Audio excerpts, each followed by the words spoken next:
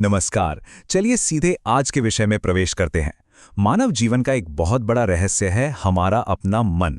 ये कितनी बड़ी विडंबना है कि हमारा ये मन हमारा सबसे परम सहयोगी भी बन सकता है और सबसे विनाशकारी शत्रु भी।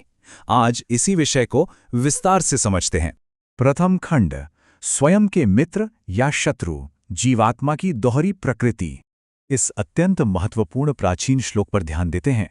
जिस जीवात्मा द्वारा मन और इंद्रियों सहित शरीर जीता हुआ है, उस जीवात्मा का तो वो आप ही मित्र है, और जिसके द्वारा मन तथा इंद्रियों सहित शरीर नहीं जीता गया है, उसके लिए वो आप ही शत्रु के सदृश शत्रुता में बरतता है। इसका सीधा और स्पष्ट अर्थ यही है कि यदि इंद्रियों को वश में कर लिया गया है तो आत्मा सबसे निष्ठावान मित्र सिद्ध होती है, परंतु यदि इंद्रियों के दास बन गए तो वही आत्मा सबसे बड़े शत्रु की भांति व्यवहार करने लगती है।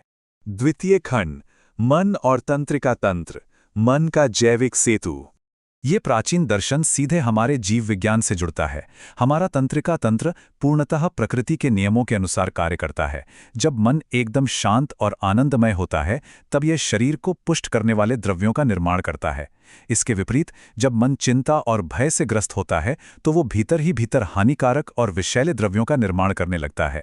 ये एक प्रकार से स्वयं ही अपने शरीर का निर्माण या विनाश करना है। तृतीय खंड, इच्छाओं की दासता का परिणाम, पतन का चक्र। इच्छाओं का दास बनना पतन के एक स्पष्ट क्रम को जन्म देता है। प्रथम चरण में व्यक्ति शरीर और मन की अनियंत्रित इच्छाओं के पूर्ण रूप से अधीन हो जाता है। द्वितीय चरण में आते आते इच्छापूर्ति की अंधी दौड़ में धर्म और अधर्म का विवेक पूरी तरह नष्ट हो जाता है, और अंततः तृतीय चरण में इन व्यसनों का दास बनकर मनुष्य अपना सारा आत्मबल खो बैठता है। असीमित इच्छाओं की पूर्ति में असमर्थता से उसका स्वाभाविक आनंद ही समाप्त हो जाता है। इसी कठोर सत्य को दर्शाती है ये प्रसिद्ध सूक्ति, चिंता चिता समान है।